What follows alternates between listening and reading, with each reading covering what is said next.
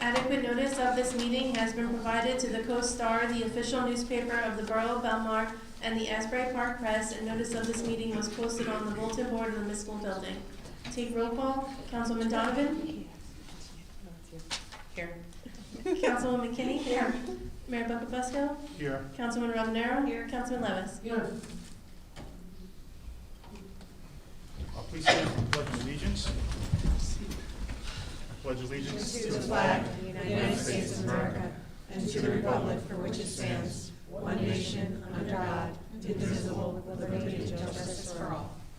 Please remain standing for a moment of silence for our troops, their families, first responders, and Joseph Yelly, who was a life member of the Belmar First Aid Squad.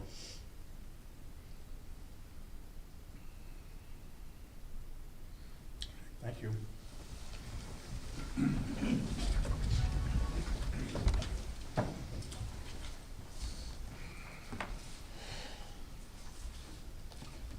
workshop. We're going to start with a EMS presentation, I understand. Want to introduce yourself? Yes. What we're going to do. I do have PowerPoint as well too. Perfect. Okay. Perfect. All right. I'm gonna bring that down. Yeah, we're gonna go down there. Are we gonna go down there? That works. Okay. You want a microphone? Yeah. You can take that one right there, Rob. There.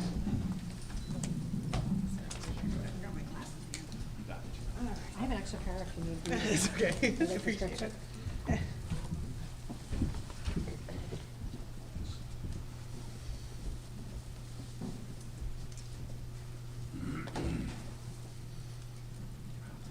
So let's introduce myself. My name is Robert Martin. I'm the director of EMS here for the Borough of Belmar. It's coming. First, I want to thank the mayor and council for inviting me, as well as Administrator Kane and Chief Scott inviting me tonight to talk about EMS. It's been a hot ticket item for the past couple months. Just want to explain what we do here with the Borough of Belmar and what we provide to the residents and visitors here. So first of all, I just want to go over a quick history of the program. We started in April of 2021 when the Belmar First Aid Squad shut down. We're located in the old South Belmar Firehouse off of Redmond in Lake Como. We've been there since November of 2022. We're very fortunate and grateful to have that spot for us. The program, the EMS program, falls under the greater umbrella of public safety underneath the Chief of Police. So some of the important statistics for us. I'm a big statistics person. Anyone who knows me, anyone's been into a meeting with me, I'm big about talking about statistics and when the rubber hits the road, right? So the Borough of Belmar, as well as with Lake Como, we average around 1,200 calls per year. Some of that being in the summertime, and we'll go over the beachfront next of how we handle that. We have a very interesting beachfront and a very interesting town, as everyone else here is aware. Our average response time is 3 minutes and 33 seconds. What response time means is from the time when our ambulance gets its dispatch until they pull on location with an ambulance, not a first responder, not anything else. That's when the ambulance shows up. We also have a 90th percentile response time of 7 minutes and 59 seconds, which means that 90% of the time we are there in 7 minutes and 59 seconds or less. We have 4 ambulances with all state-of-the-art equipment. We were able to get one of our ambulances by a LEAP grant in 2022, purchased another one, and we've been continually upgrading it and creating the best environment that we can to give the best care that we can. We have a cutting-edge medical director. Our medical director is the doctor who oversees all of our program. Anything that can be carried by an EMT of the state of New Jersey, we can perform. We are one of the first agencies to roll out new operating procedures, which allow us to provide more and better care. We have a competent part-time EMTs, some of them being summer staff, some of them being part-time staff, which we use to staff our beachfront, and additional staffing needs as required. We have a total of 9 full-time EMTs. All of them are local people. We have 4 providers who live in town and a bunch that also live close by. We're a very, very town-centered place. The people who come work here is because they want to be here, they want to enjoy, and want to help out the town as best as they can.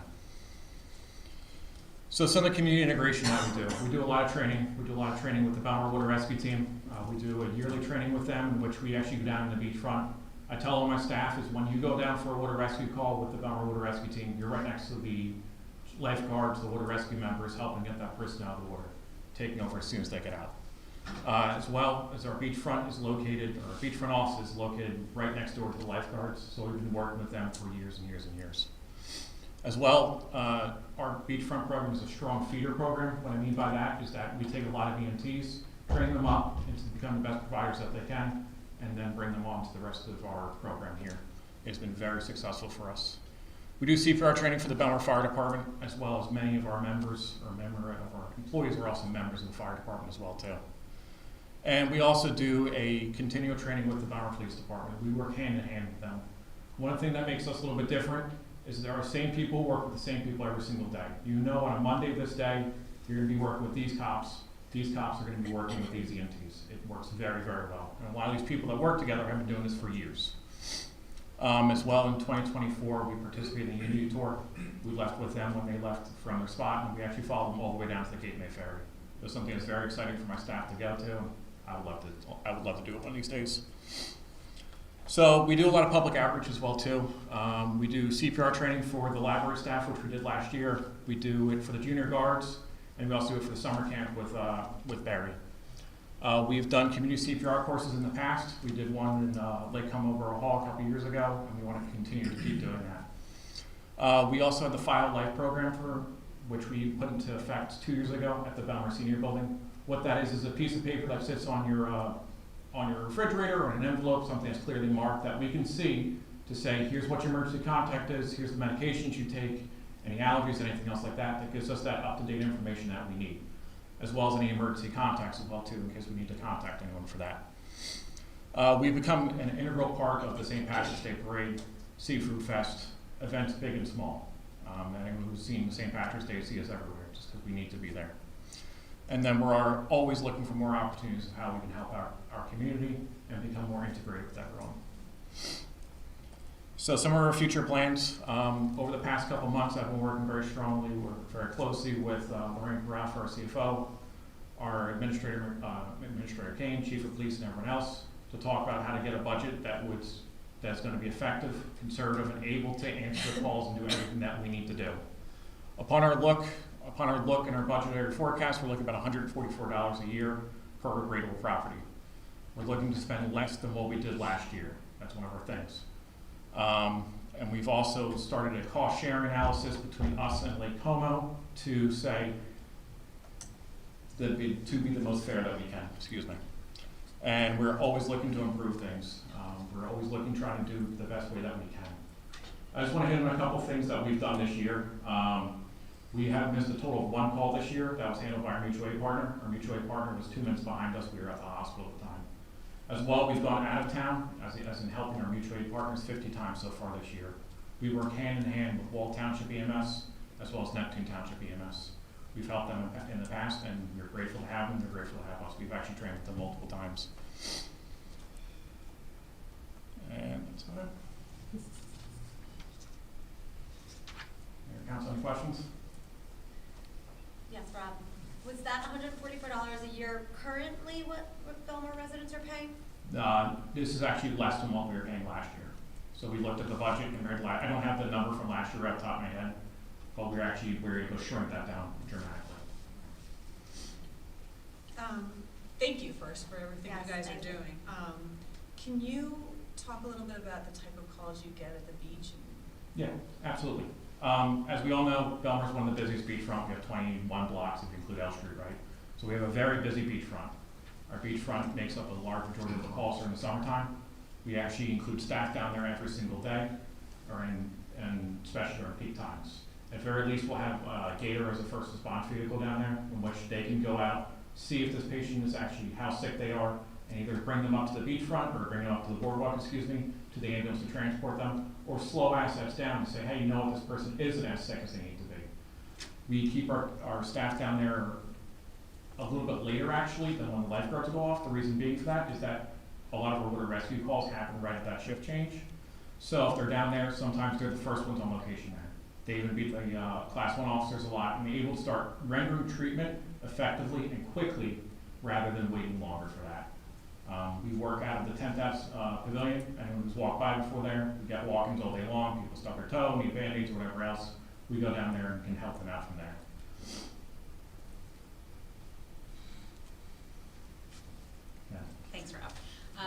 the average response time at 3 minutes, 33 seconds is pretty incredible. Do you have any information on what that average response time is for like our Monmouth County counterpart? So I believe the latest press release for that was on average of 5 minutes and 30 seconds. I also like to calculate the 90th percentile time, right? Because the 90th percentile shows you how much time it's going to take 90% of the time or less. And I think that's an important number to look at, rather than saying here's what average is. Averages will eventually, if you have some higher and some lower, this is what shows us a lot more and better information from there. I know on average, I believe last time I checked, the New Jersey Office of Emergency Medical Services makes a notation every year of the average counter response time. Last time I checked was 14 minutes. That's a significant difference. Thank you. Okay. Thank you all. Appreciate your time.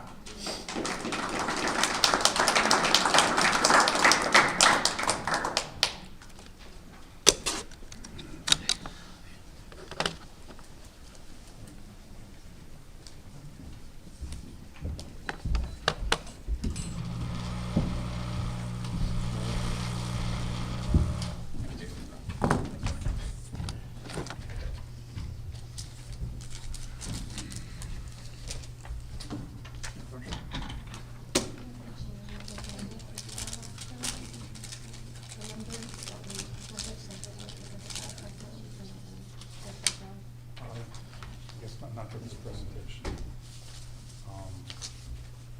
Thank you, Rob, for that presentation. Council, any further questions? Yeah, Rob. Did you go? Escaping. So, an executive session last time, we broke down a lot of numbers. I was just wondering if you can share some of those overall numbers, the difference between like staying in-house with like us and Avon, and the fact that we're not working with any Siebert and Mansbron anymore. You know, people have questions about that. Absolutely. So we looked at that. So what Lorraine and I did is we actually pulled apart our entire budget from top to bottom, right? From the cost of how much it's going to cost for a Band-Aid and how many Band-Aids we're going to need to the cost of health benefits and everything else. We took a lot of that, and what we did is we actually took our total call volume, use of the program, as well as any sort of administrative fee from us doing anything for us actually implementing the program, and then pass that along as well to Lake Como to see how much they would cost for them. So we're looking right now for Belmar, I believe it's about $100,000 less from what we paid from last year. The reason being as well too is in years past, we actually shrink the number of staff we had and we are actually required less staffing just handling Belmar and Lake Como, which was actually the vast majority of our call volume as well too. Last time I checked, it was like about 65% of it was Belmar and Lake Como compared to last year. And can you also speak about the revenue, the fact that we do bill? Yes. Yeah, absolutely. So revenue, we do bill for our services. So in the event that someone gets transported to the hospital, any Belmar, Lake Como, Wall Township, or Neptune Township, because we have a mutual aid agreement with them, saying that if you need help, we'll help you, and if we need help, they'll help us. What we do is a practice, called soft billing, in which all we do is we submit the information to the insurance company, and that's what we get is what we get. We don't go after people, we don't send anyone to collections, anything else like that. And that's also reciprocated on our mutual aid partners as well too. So in the event that you're a Belmar resident and you get picked up in Wall Township, because we have a mutual aid contract with us, you won't see any of the cost with that. It is just of what we receive from our billing company, our insurance companies. So we are in fact bringing some money in. Absolutely. It's not 100%, but it's some degree of money. So Absolutely. thank you. We're actually above of what the national average is. Mostly from that is from our billing company and the practices that we put forth. And a lot of that starts from when the call happens up until the end of when it gets sent off to our third-party billing company. Thank you.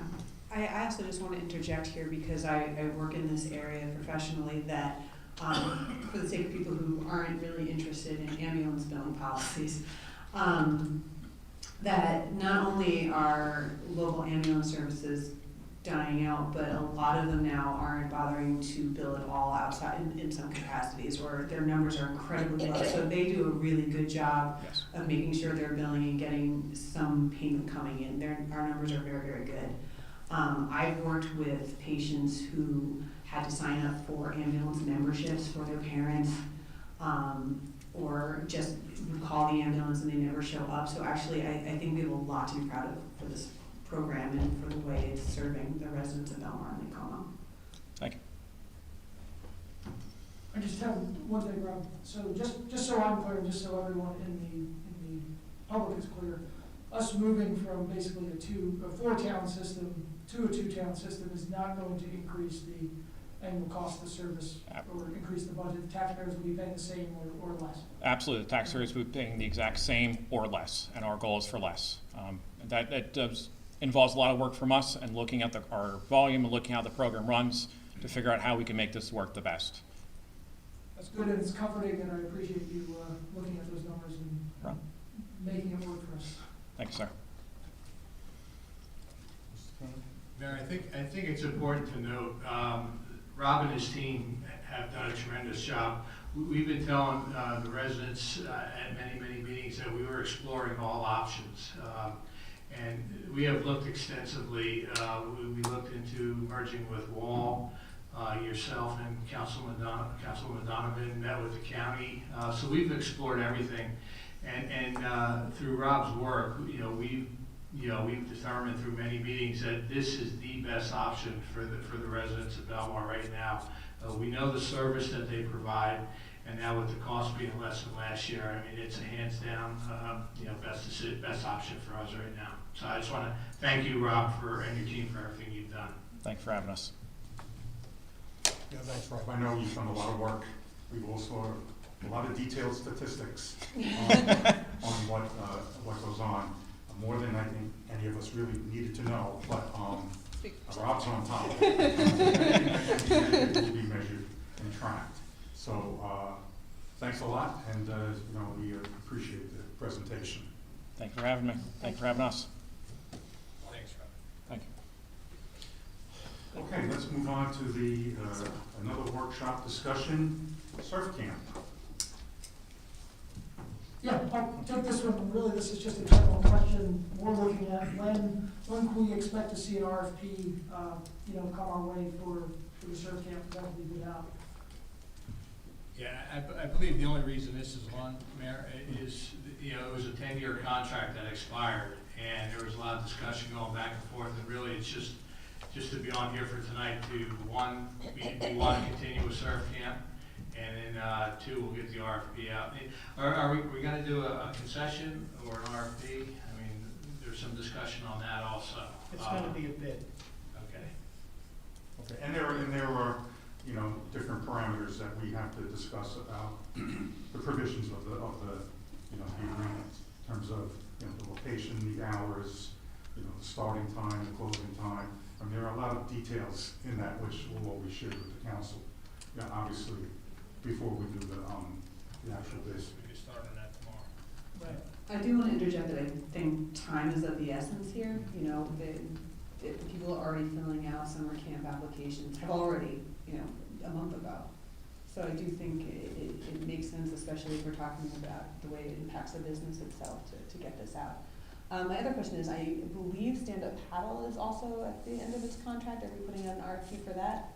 Yeah, there are a few that we It's not? discussed. Oh, never mind. Stand-up paddle, what was? Yoga. Yoga, right, yoga on the beach.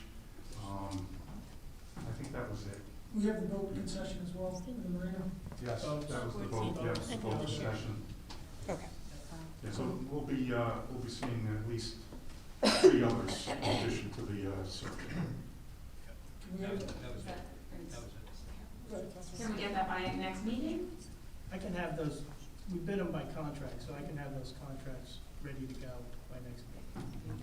I think that's important because it is getting much closer to summer than we think, and as Councilman Donovan said, it's approaching, and we want to be able to have competitive bids for these businesses, so the further we are out, I think the better we're going to get in terms of competitive bids for all of them. Are we gonna do bids on all of those? Yes. And will that be at the next meeting or will it be the following meeting, you think? Well, we have to provide notice, so I have to get some information regarding the surf camp, cost, location, and hours. We need to do that. The rest of the stuff will fall into place, but those are the big terms that we have to come to some agreement. So minimum bid when I say cost. Right. So it's more likely it'll be the meeting after in terms of the actual bid process. just wanna get in that ballpark of, you know, like especially for the like yoga on the beach and those things. I mean, is that gonna be all done on the same night, or are we gonna do that at the next meeting? Well, the bid process is gonna take some notice, so, Okay. I don't have the next meeting off the top of my head, but I can take a look at it, talk to April, see if we can get it done. Wait, are you talking about an RFP, or are you talking about like an auction? Yeah, I'm thinking, an auction, just like we do on everything. So like, Like we did with the concession, Right. the Taylor Pavilion concession. Right. Okay.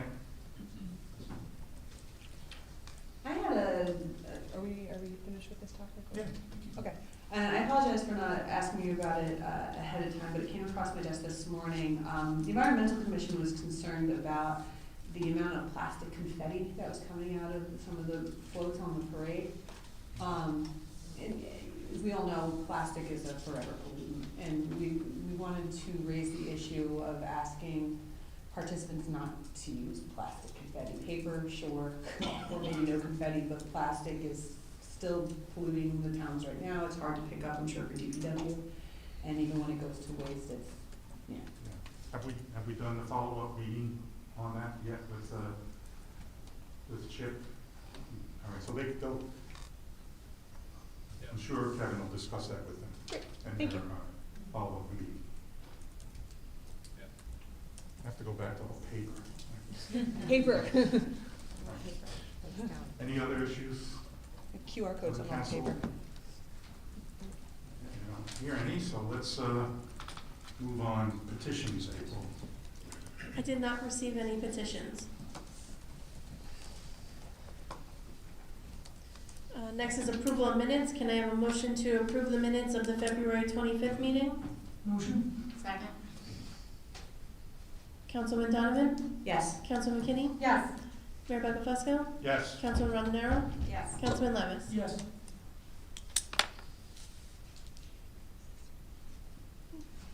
Next is reports of council.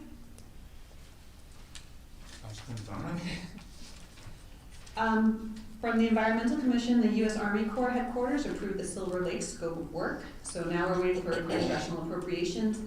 Of course, there is a risk rather than appropriating any funds for new projects. Congress will vote to pass a continuing resolution through September 2025.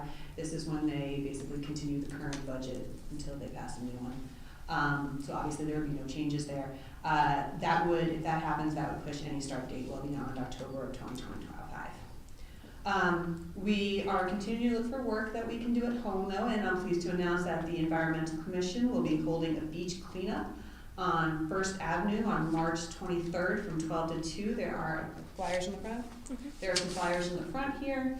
We welcome everyone to come pitch in, and we will be providing gloves and collection buckets.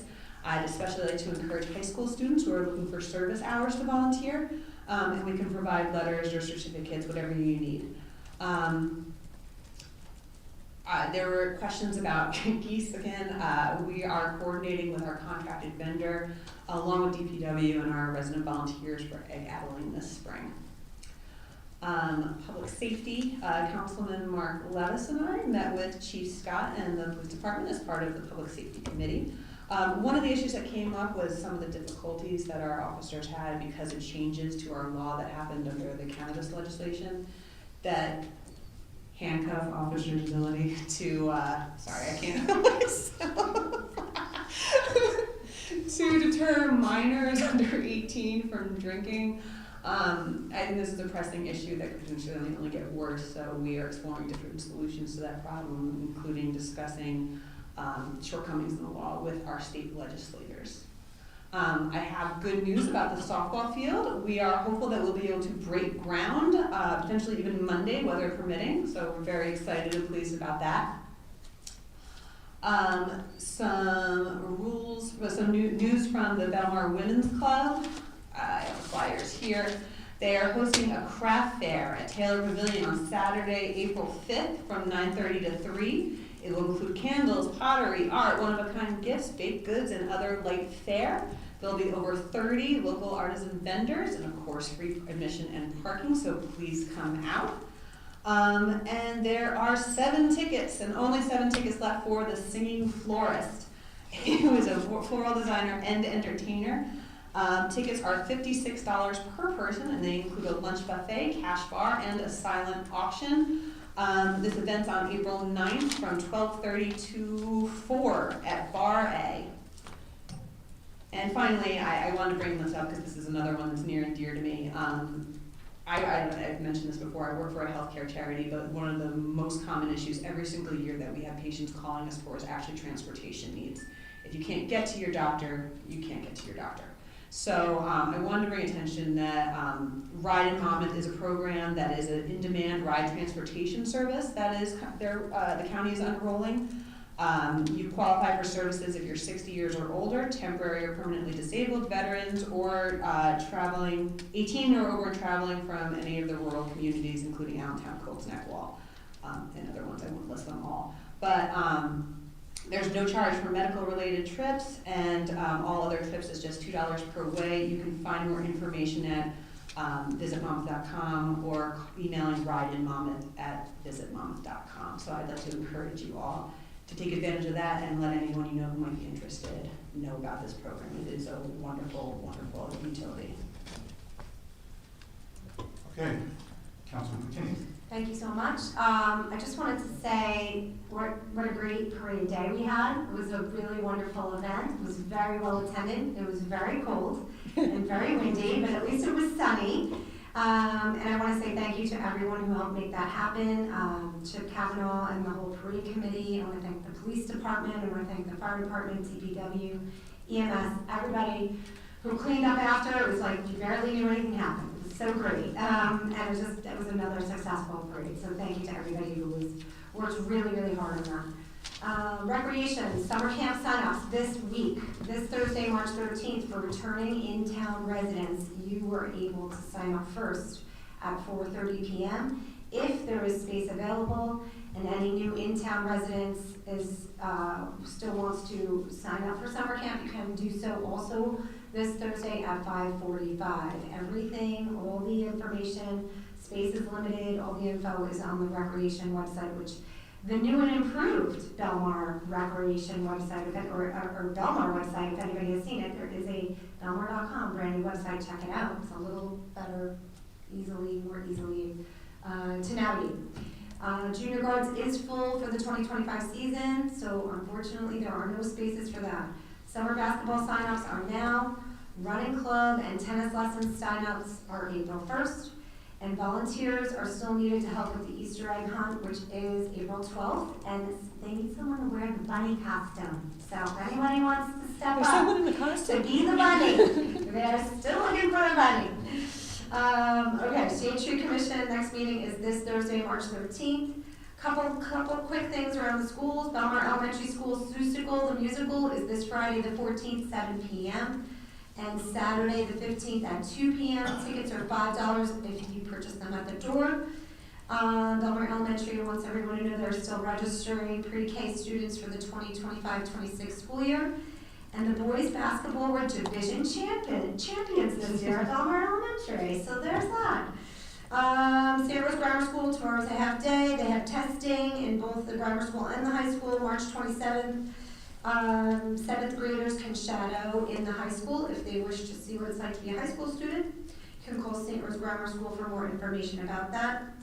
St. Rose High School is lastly proud to announce again they are in the final championship for the state non-public B state finals, which is this Friday at Rutgers. You can go online at Rutgers, find out how to get your ticket.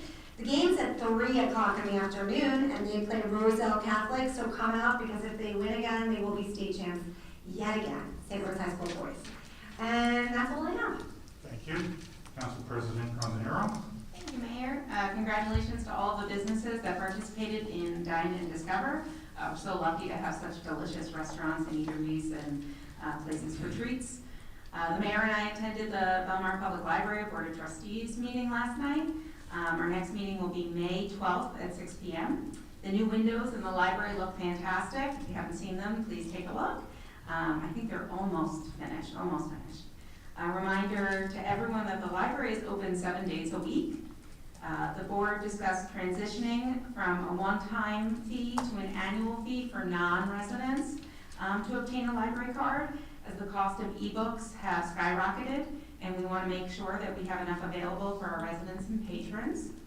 Registration for tomorrow's Irish soda bread contest at the Taylor Pavilion is now closed for attendees, so hopefully you got your seat. This Saturday, please join us for a living history program, Amelia Earhart, First Lady of the Skies, at 11 a.m. at the Taylor Pavilion, and mark your calendars for Lewis and Clark on March 29th. This week I wasn't able to attend the BHA, the Belmar Housing Authority meeting, but followed up with Executive Director Paul DeSantis. I was informed that there were some heating and hot water issues that were being repaired. One of the residents researched information from the New Jersey Department of Community Affairs Weatherization Assistance Program. So I'm hoping that the BHA follows up with that to see if any assistance is possible, as the brutal cold is coming in through into the building. And that's a real concern for our seniors that live there. This afternoon, I met with members of the Sign Ordinance Committee, comprising of Belmar residents, business members, Chamber of Commerce representation, and Tourism Committee. And I know Councilwoman McKinney is working with me on that.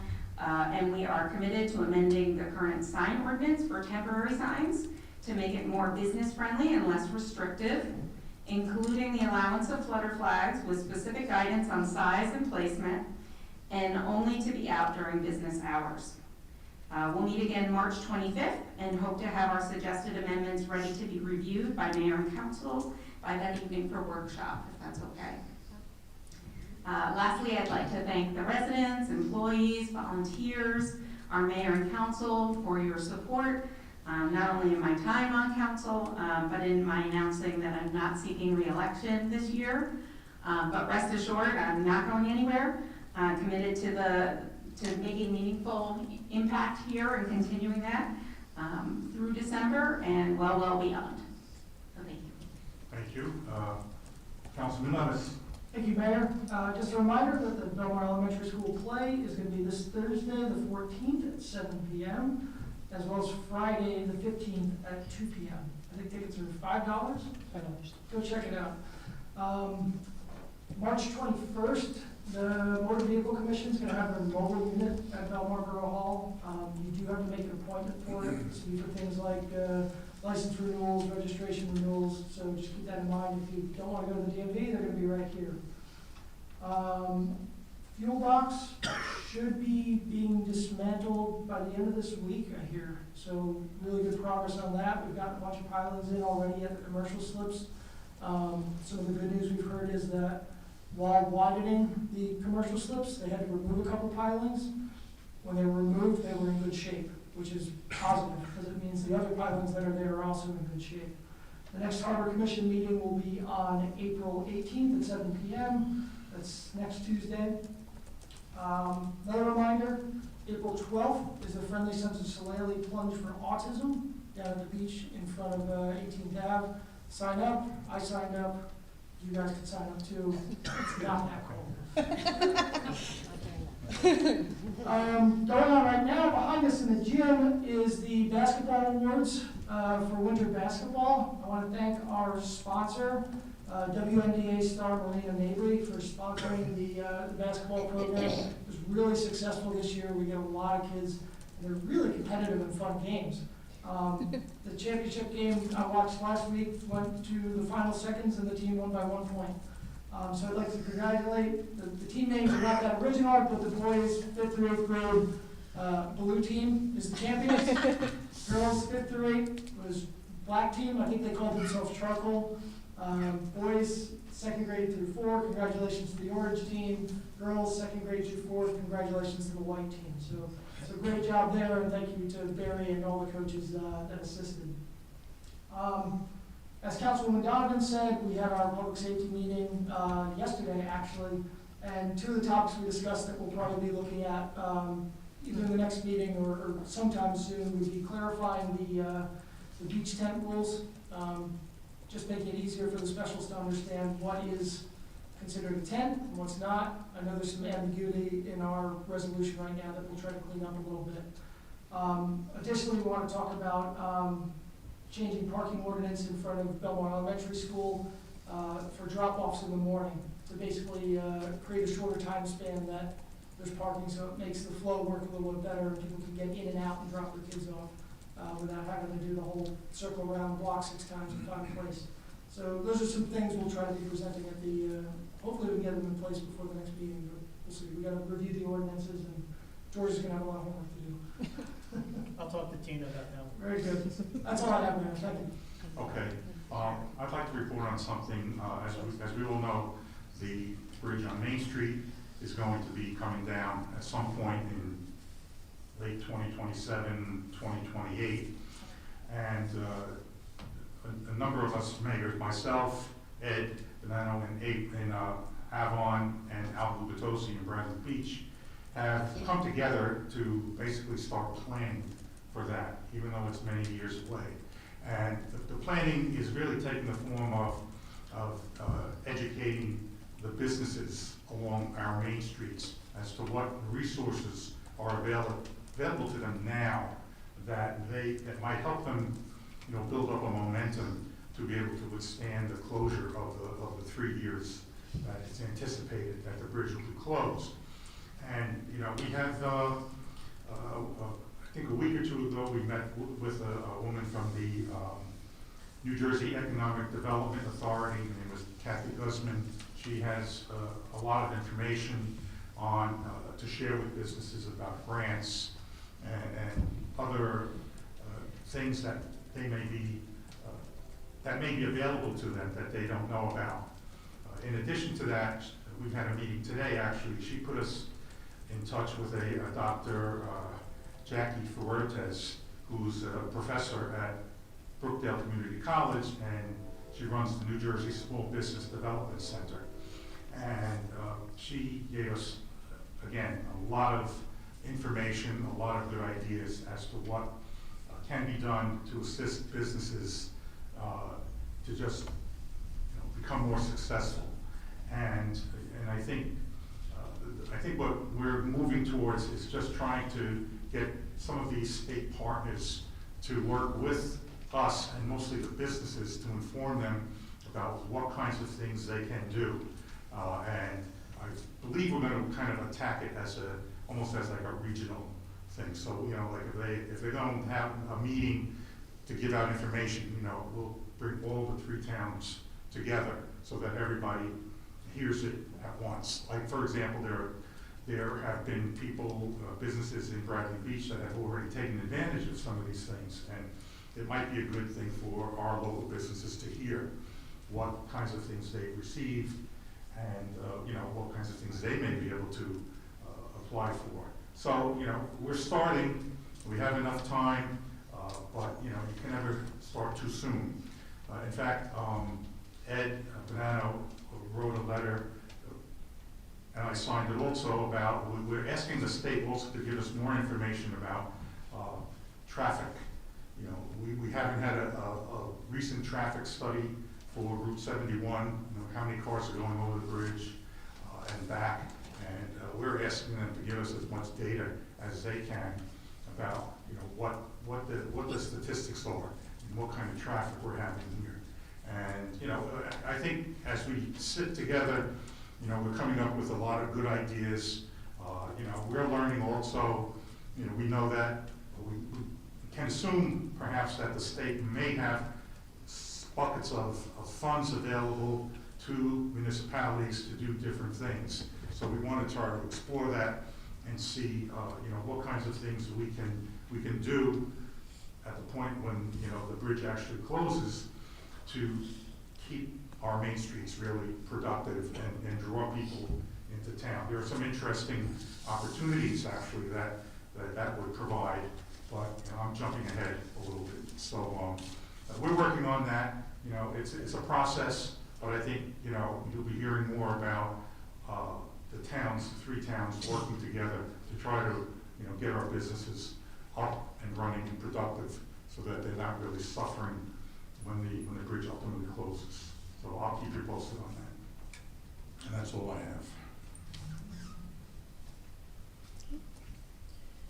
Next is public session on resolutions. If anyone has a comment or a question about a resolution on the agenda, please step forward, state your name and address. Okay, seeing none, can I have a motion to close the public session? Motion. Second. All in favor? Aye. Can I have a motion to approve the resolutions as listed on the consent agenda? Motion. Second. Councilman Donovan? Yes. Councilman McKinney? Yes. Mayor Buckfusco? Yes. Councilman Rondenaro? Yes. Councilman Levis? Yes. We have one separate resolution, Resolution 2022-57, a resolution consenting to appointment of trustee to the Belmar Public Library. Do we have a motion to offer this resolution? I'll make the motion. I'll second. Okay. Councilman Donovan? Yes. Councilman McKinney? Yes. Mayor Buckfusco? Yes. Councilman Rondenaro? Yes. And Councilman Levis? Yes. Actually, did you want to abstain for that one? Excuse me? Does he have to abstain from that one because it's a resignation from his sister-in-law? No. No? Okay, so that's fine. No. Okay.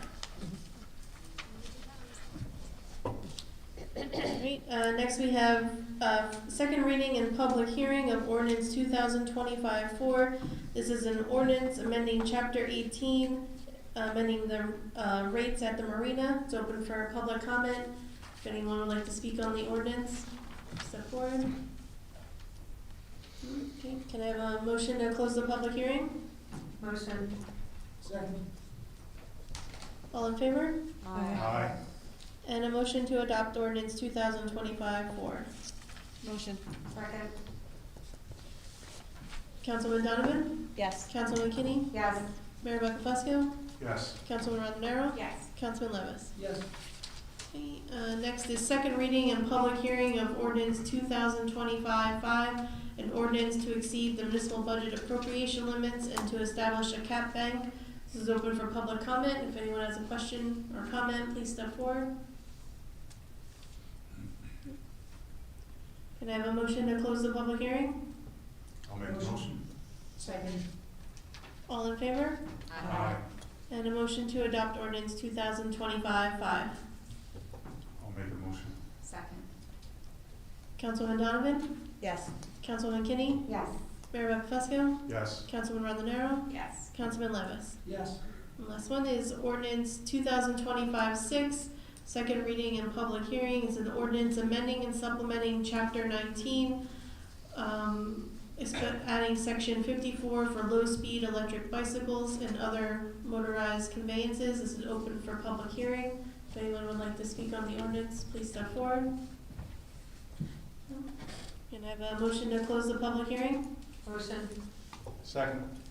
All in favor? Aye. And a motion to adopt ordinance 2025-6. Motion. Second. Councilman Donovan? Yes. Councilman McKinney? Yes. Mayor Buckfusco? Yes. Councilman Rondenaro? Yes. Councilman Levis? Yes. Okay, so now we're at public session. If anyone would like to speak, please remember to state your name and address first.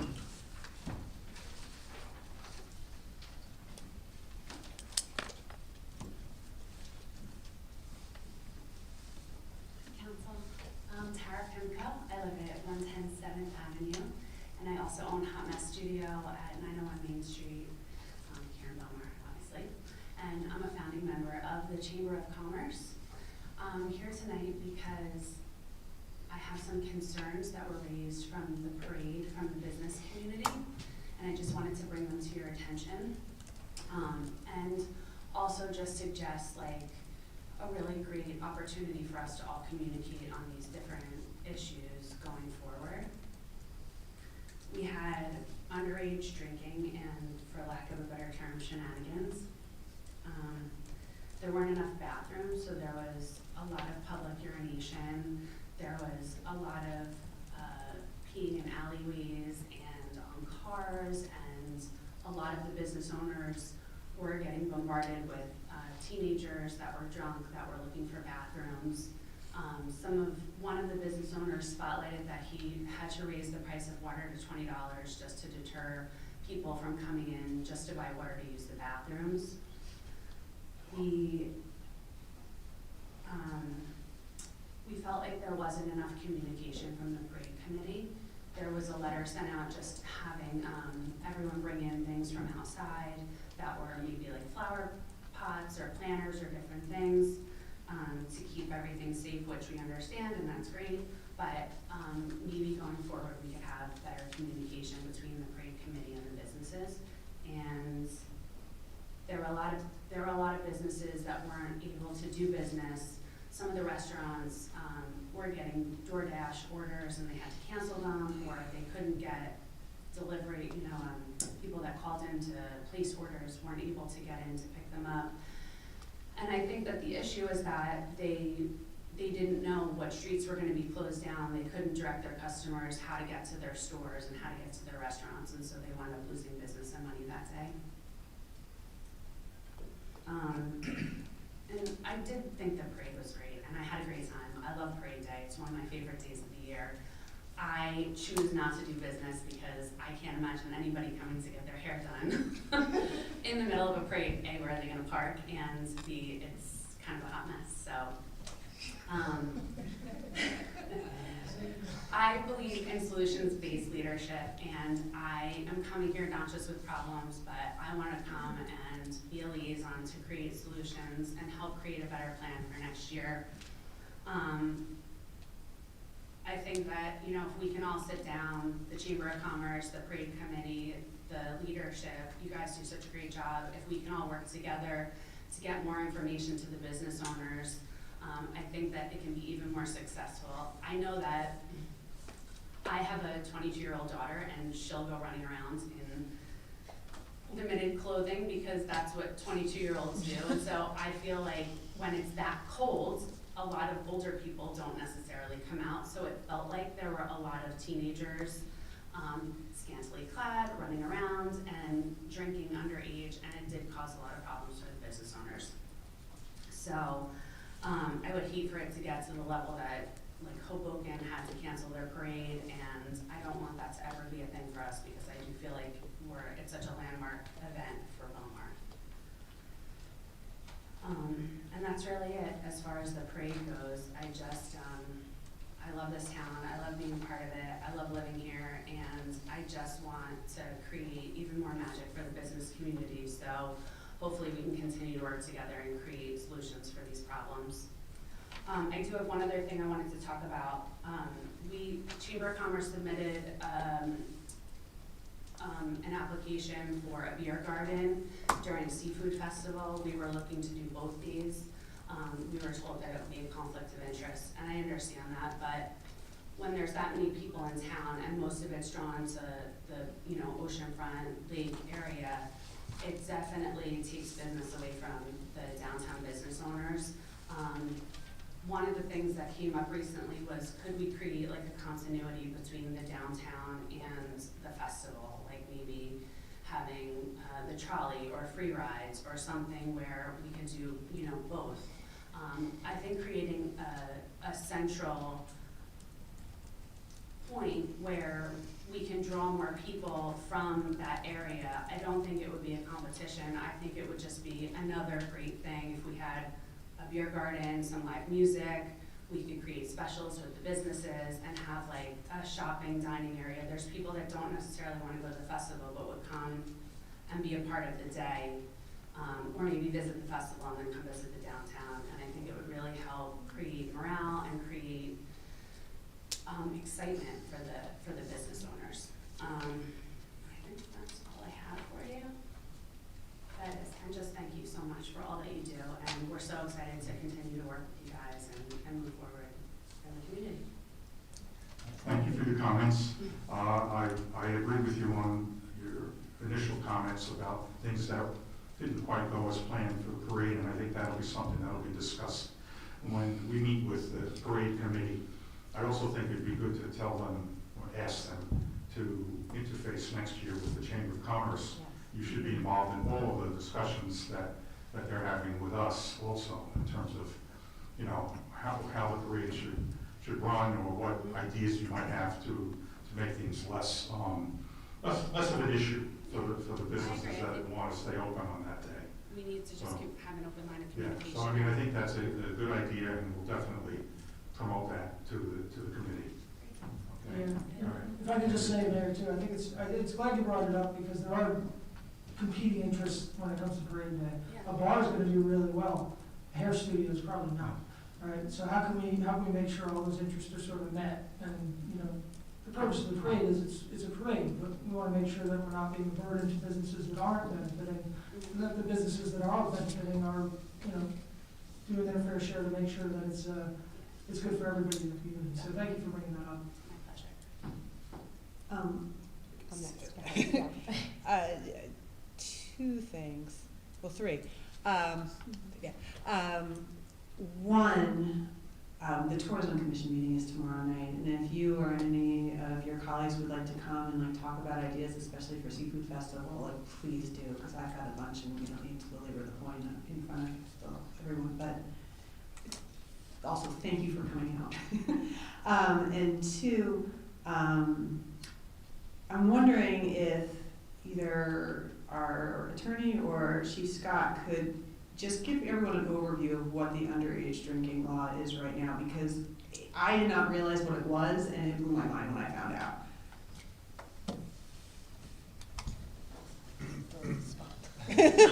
So back in 2021, when they legalized cannabis, they put in a part of that law for underage cannabis use, alcohol.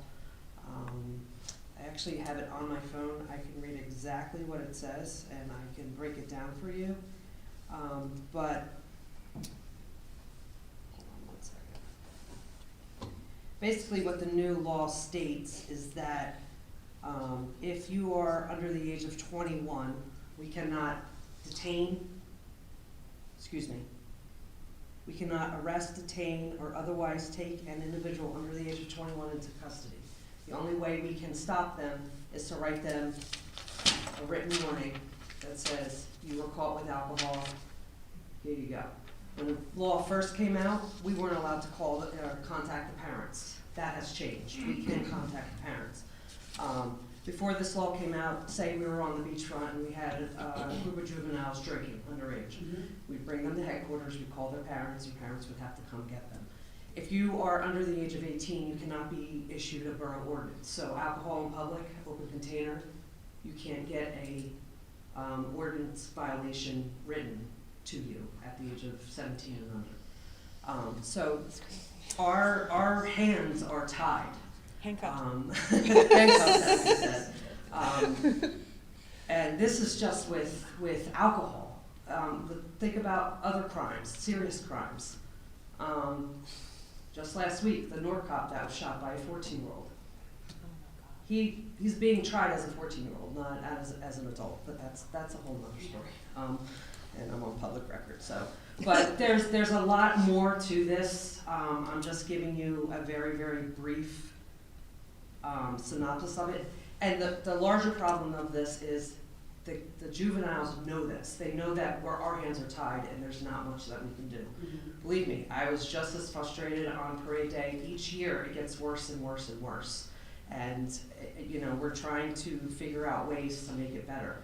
And you know, I was talking to a couple school officials on maybe, you know, the school putting something out, or you know, going that route or something like that. But this law restricts the police from doing a lot. Like, we can't even, if you're 17, you have a beer in your hand, all right, get rid of the beer, let me see what's in your backpack. We can't do that. We can't take anything that's in a backpack, a bag, or anything like that. So if you notice, they all had backpacks. They're all carrying them around, you know. Walgreens called us several times to get them out of there. We had a couple juveniles in Lake Como, they robbed the store.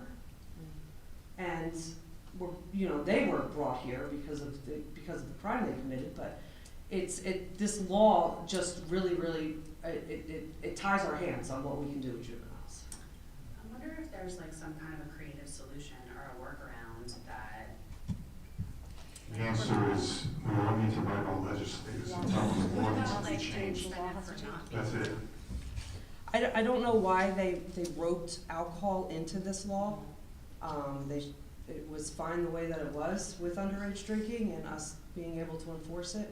But yeah, when this came out, I mean, the law enforcement community was like outraged because there was like nothing that we could possibly do to, you know, alleviate these situations. This is on the state level? Mhm. Yeah. And so, I mean, that's certainly something that we're spending some attention on, but, and I think in the upcoming year, working with the parade committee, it's worth trying to come up with different immediate solutions, whether there's physical barriers, we talked about this yesterday, so. Back to the seafood festival. I've certainly heard from the business community before that they feel like that doesn't drive enough. The purpose of these events is always should be to drive more customers and more people and more visitors to all of Main Street and to the Ocean Avenue and Marina businesses. And it's a little unclear whether or not the Seafood Fest currently accomplishes that goal, but I think there are things we can do to help provide continuity between the festival and all of the businesses downtown. I would love to work with you guys on that. Great, thank you so much. I was gonna say the same thing, I think Charlie was actually not a bad idea, just to go back and we've forth. done them before, right? Yeah, and I don't know if we did last year, did we? Last year? I don't think we did, but I like the idea of that. And as a business owner in town, I totally understand exactly the challenges. And I am unfortunately a little further off Main Street, but I totally understand the challenges. And, you know, I am also on a chamber member, so if you ever have issues, you can always reach out. Yes, thank All you. right, I appreciate that. Mayor, if I could just add a little bit, were you done? I'm sorry. I'm done, Okay. You don't have to stand Okay, here. all right. Thank you so Fine, much, just- thank you. Thank you. I just want to add the site to that statute in case anybody wants to take a look at it. It's NJSA 2C:33-15. And if you look at that statute, you'll see that the police have the ability to provide 3 warnings under the statute, and that's about it. And the statute is kind enough to also state that law enforcement officers shall be guilty of a crime of official deprivation of civil rights as set forth in section 2C:30-6.1 for violating the provisions of paragraph 1 of this subsection, which means violating the rights of the underage drinker. So the only person that's subject to a crime under this statute are our police. So that's as far as that statute goes. So if you want to, you know, understand the problem, you have to really take a look at this statute. Okay, thank you. Any other comments, please?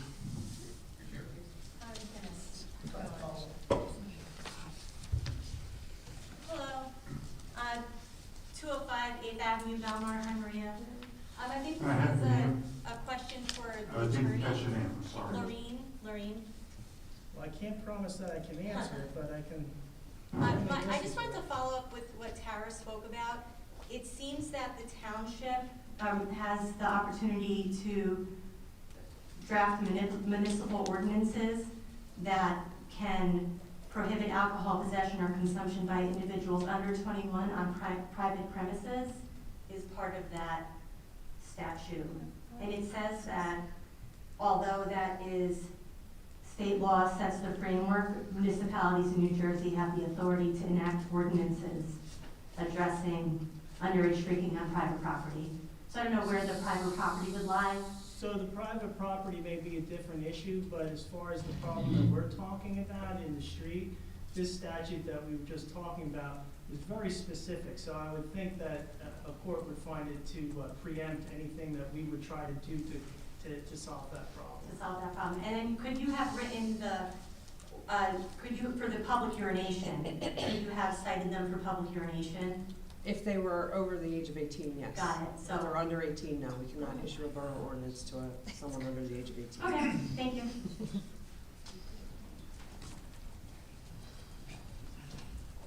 Hello, Drew Fromkin, South Lake Drive.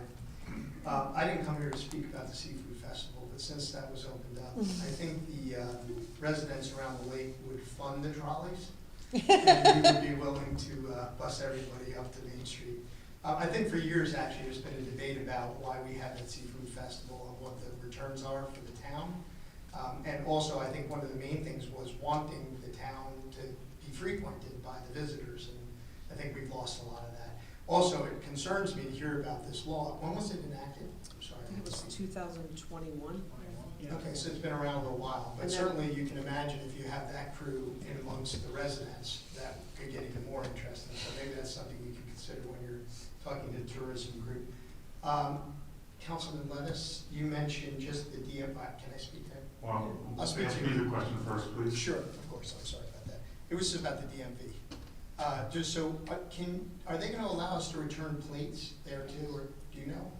By any chance? Yes. I don't know off the top of my head, you have to see, Yes. is it Drew? So you could drop plates off also? Yes. That's a really convenient thing.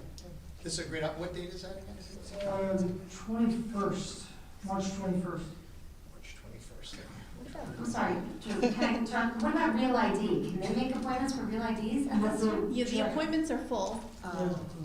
They It's hard to- they it's hard to filled up get- within like an hour or two. Yeah.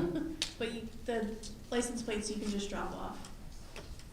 Okay, that's great service, thank you for having that. Just related to EMS, I think that was a great presentation. This gentleman seems to be an important asset to the community. I just had a couple quick questions about the EMS review, just since it's been such a crucial review for the town.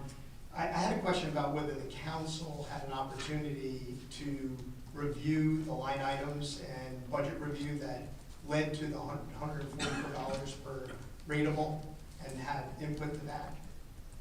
Mayor? Yes. Okay. We had an executive session where, as I said before, all of the numbers were detailed in terms of the different line items, costs, potential revenue that was coming in. So, and it was actually projected over a number of years. So we have a good idea of where it is now and where it will be going. Excellent.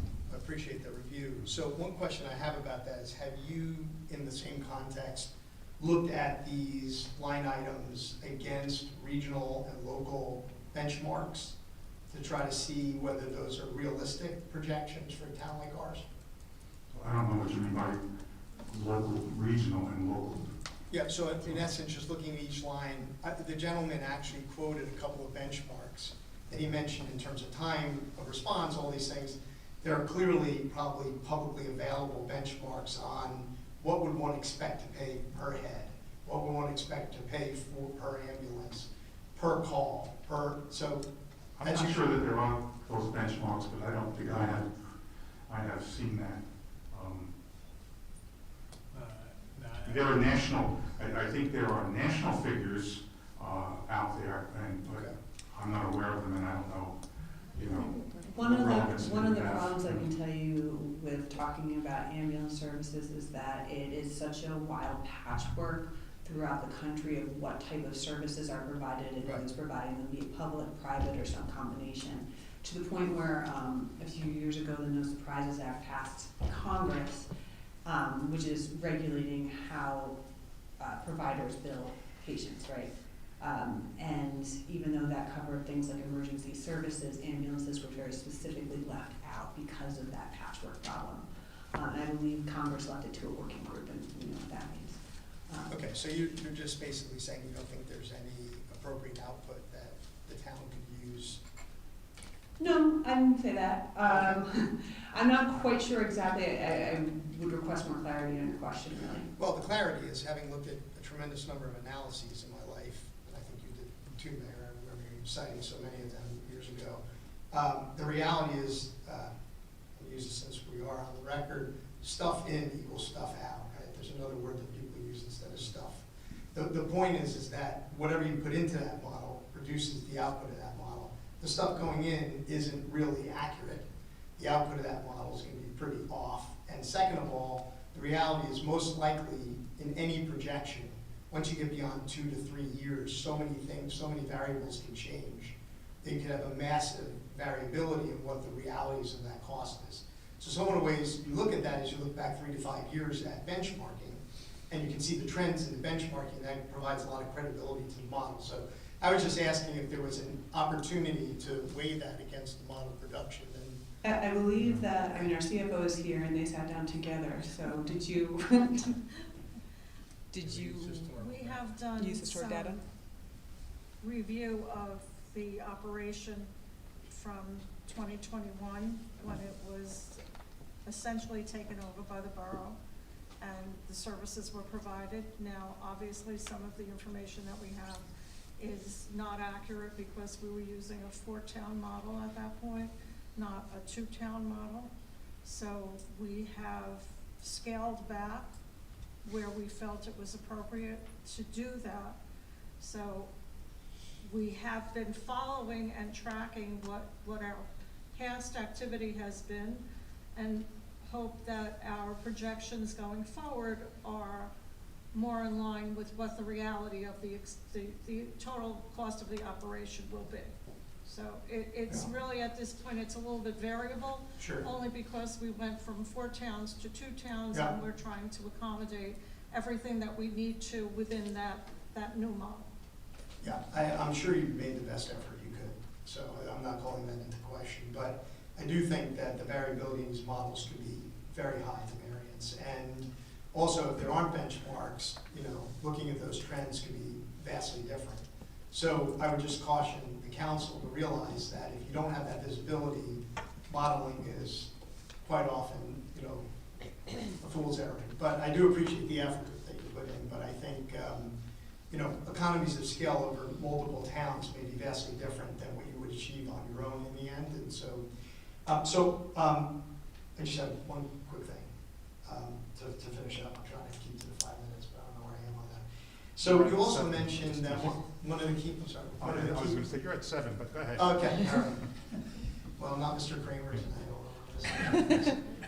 You mentioned that the billing of the insurance, or the gentleman mentioned that you also bill the insurance companies. And I know that that's a brutal effort. And in fact, sometimes the return on investment of billing costs more than the actual billing itself. So I wondered if you had a few years of trend analysis on what was being recouped from the billing, maybe the mix of payers that are being billed, and what the cost was to recoup that.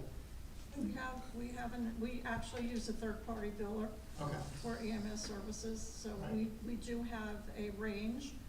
The reimbursements to the borough range from a low of $55 to $60 to a high of, with some of the more established insurance companies, we get anywhere from $500 to $600 on a call, depending on the severity of the call, the level of services that are provided to the patient as they're being transported. So all of that plays into it, and I can give you the range that we've experienced over the last couple of years. It varies dramatically. And I believe that's what, I know we had that conversation in executive, but that was what I was alluding to earlier, that it's often not, it's usually not fiscally worth it to pursue the balance of a bill after insurance is paid. Yeah, and when those numbers are quoted, I mean, to test the analysis, I would ask, is that net of the 500 or 50, depending upon the type, is that net of bad claims? So that's netted out after the claims you get nothing from because you just don't get covered or you can't reach the insurer. Utilization management tells you they won't pay. Or the second piece is also, not only is it what you don't get from them, but also I think it would be the payers that actually are out of network or something and they won't ultimately pay. Then net of the cost of actually having to pursue. Because the biller's bill, that's a flat, that's a fixed cost. But then having to go after them is a very expensive aspect of the whole mechanism. So, Well, off the top of my head, and I don't have EMS, I mean, we've done a lot of work with EMS, but if the biller or if the patient is uncovered, no insurance, and there is no opportunity to recoup, that's a easy. Loss. Right. The variety of returns that we're getting on the billing that's done, we generally don't follow, we don't make a huge effort to recoup additional funds once a payment has been remitted to the borough. If that's what you're asking, I'm not. Or not at all. I mean, it's the ratio of what the payers are. You're not contracted with the payers, right? You're an out-of-network provider, I would assume. No, we're not a network. So you're actually contracted with Verizon, you're contracted with Aetna. Well, As a you provider. You become eligible to participate in all of these groups by virtue of your registration as A provider. EMS service. Yeah, okay. So then you're billing under a contract, it depends on what the individual has, what their plan is. Of course. But you're a contracted provider. So I haven't looked at the analysis, but I would just say that these are the kinds of questions that are hugely important to the ultimate number. If you don't pressure test those, you could come up with something that's somewhat artificial on your provider in some way. So you understand what that looks like in trying to get reimbursed. All right, that's all I had. The last question is, can I assume that this analysis is not available to the public, or can that be available to the public?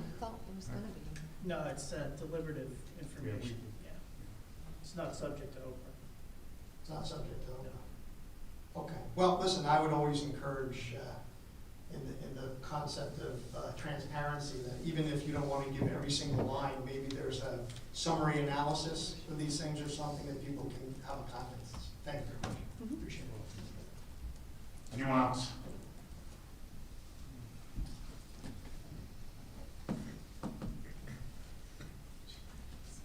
Lorraine, 18th and B. I sat here this evening listening that some of our summer programs, it may take a month before we get a new contract for them. And then I listened to some council people saying that the deadlines for the summer things are coming, and they've started and everything else. APS, they taught us a lot of process improvement. So I hope moving forward that we have a list of all the contracts that are going to expire, and that we're on top of it, and we don't end up in a situation that a month before summer, we're trying to put an RFP out or whatever. Okay? We are on top of it. Thank you. Good, I'm glad. Last but not least, the new website.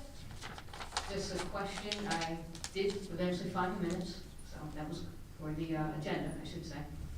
It was a surprise to see. I know it was talked about a couple years ago. And I guess my question is, was this like just a dump of the old into the new? Or did we take the time to go through and look to see what was still valid, what was still legit and everything, or did we just take it and move it? Both. We went over the old website and picked what would be brought over and what wouldn't be. Okay, because I mean, like, the one thing that really, like, stuck out, well, there's two things, but the one thing was the beach badges for the veterans. It's a brand new press release and everything. We have the old information in there still. Well, So that- you have to understand, we just did this. Yeah. So there's going to be a phased process. You know, unfortunately, we don't have the wherewithal to have. Well, no, that was updated today, Okay, but I mean, we don't have the wherewithal to have the two systems run side by side and have somebody sit down and perfect the new system so that we can just transition over, you know, and get rid of the old system. I see it as a work in progress. There's going to be a lot of old stuff on there. It's just going to be under a new, you know, a new format, and those things are going to have to be fixed, you know. there was about a week or so of a transition period where nothing new could be added to the new site until we went live. So now that we're live, we can get caught up with what's happened in the last 2 weeks and update it so it matches what's going on. Okay, I just came from a background where they were in sync and it was up to date and it was current, and if you're moving stuff. We don't, unfortunately, have the funds as the private industry has to be able to do that. Whatever.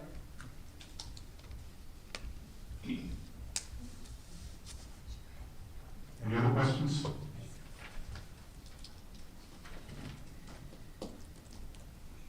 Hi, I'm Bobby Henniger, 512 9th Avenue.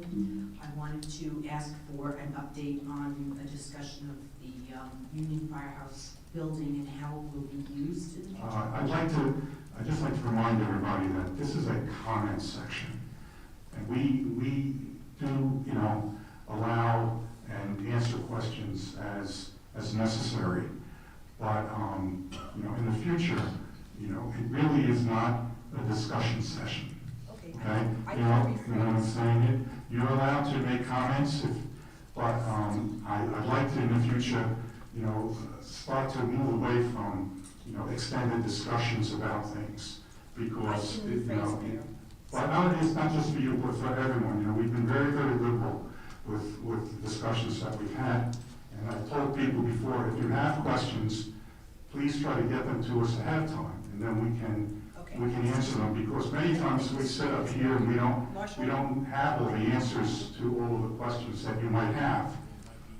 And I would like to be prepared to answer questions, so if we have them ahead of time, then we can do that.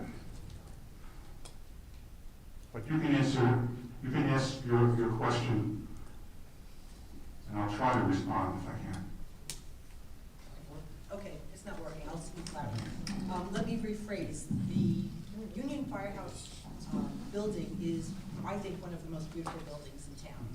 And I have concerns about it because in the past, I kind of feel like I have been disappointed with the lack of historic preservation emphasis in the town. Thank you.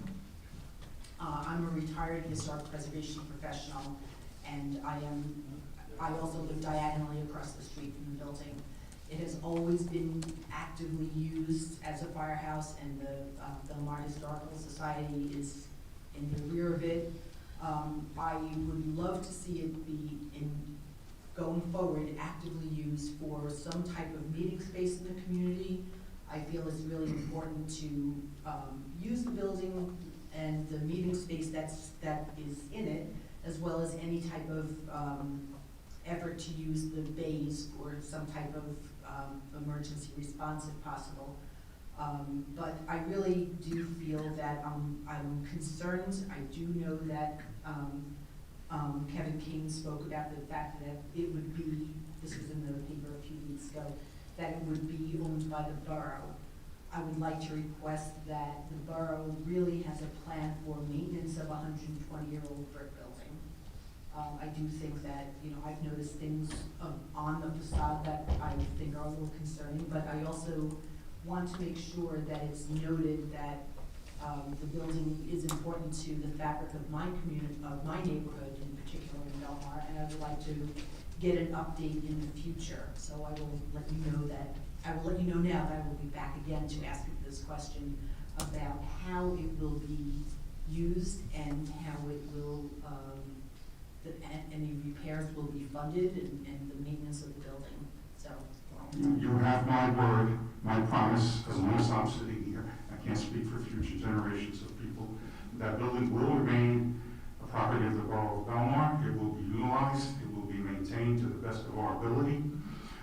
It will be, I consider it a historic building, and you know, we're going to do whatever we can to obviously better that building, and use it for the community, for whatever else we need it to be used for. And you know, as far as I'm concerned, it's just part of our. I think that's also part of my comment, that I know that I consider it historic, you consider it historic, but if it doesn't have any type of protection legally to, you know, it's not designated as anything, and I don't know that it would be. It's not part of a historic district. We don't have any type of zoning of that type, you know, even. I mean, that's a research question, you know, right. for the. Well, I'm just telling you that is the way it goes. So, I mean, to not have any type of historic designation or any type of absolute protection, any type of covenant that the building will be kept by the Borough of Belmar and maintained, that concerns me, because that's just not the way things go here. So, you know, I mean, if we could lose an EMS building that was the very first aid building in the country, you know, that was historic too. That's gone. So, I mean, I just think that wasn't owned by the borough, so. Well, yes, but what I'm saying is there are other buildings in town, either privately owned or, you know, otherwise, that I think, you know, I feel like there's not that sense of importance. Well, we have to talk to our attorney to see what, if anything, could be done to protect that building. There might be things that can be done legally, you know, in a deed or what have you, and we'll discuss that with him and see what it is that can be done. Whatever can be done, we'll let you know, the public know. Okay. Before anything's done. I'll be back to ask my question next time. Thank you. Any other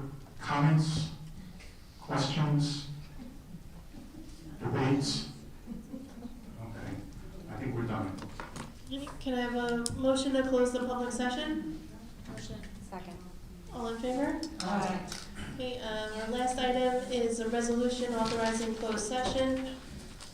This is where it has been determined by the Borough Council, the Borough of Belmar, that it's necessary to discuss the following specific matter at its regular meeting in the absence of the public, which is pending litigation, whereas the Open Public Meetings Act permits the Borough Council to exclude the public from that portion of a public meeting during which such matters are discussed. Now therefore be it resolved by the Borough Council as follows. The council shall recess into a private executive session from which the public shall be excluded to discuss the above referenced matters, that the scope of the executive session shall be limited to above matters as stated, and that those matters discussed in executive session shall remain confidential until such time as the need for confidentiality no longer exists as determined by the borough attorney, and that minutes of the closed session shall be taken by the clerk and be kept free from public view until such time that the need for confidentiality no longer exists as determined by the borough attorney, and that the regular meeting of the council shall resume after private session, at which time the borough council may take action in reference to the topic discussed. Do we have a motion to approve the resolution? Motion. Second. Councilwoman Donovan? Yes. Councilman Kinney? Yes. Mayor Buckafusco? Yes. Councilwoman Rondenaro? Yes. Councilman Levis? Yes. Hey, look.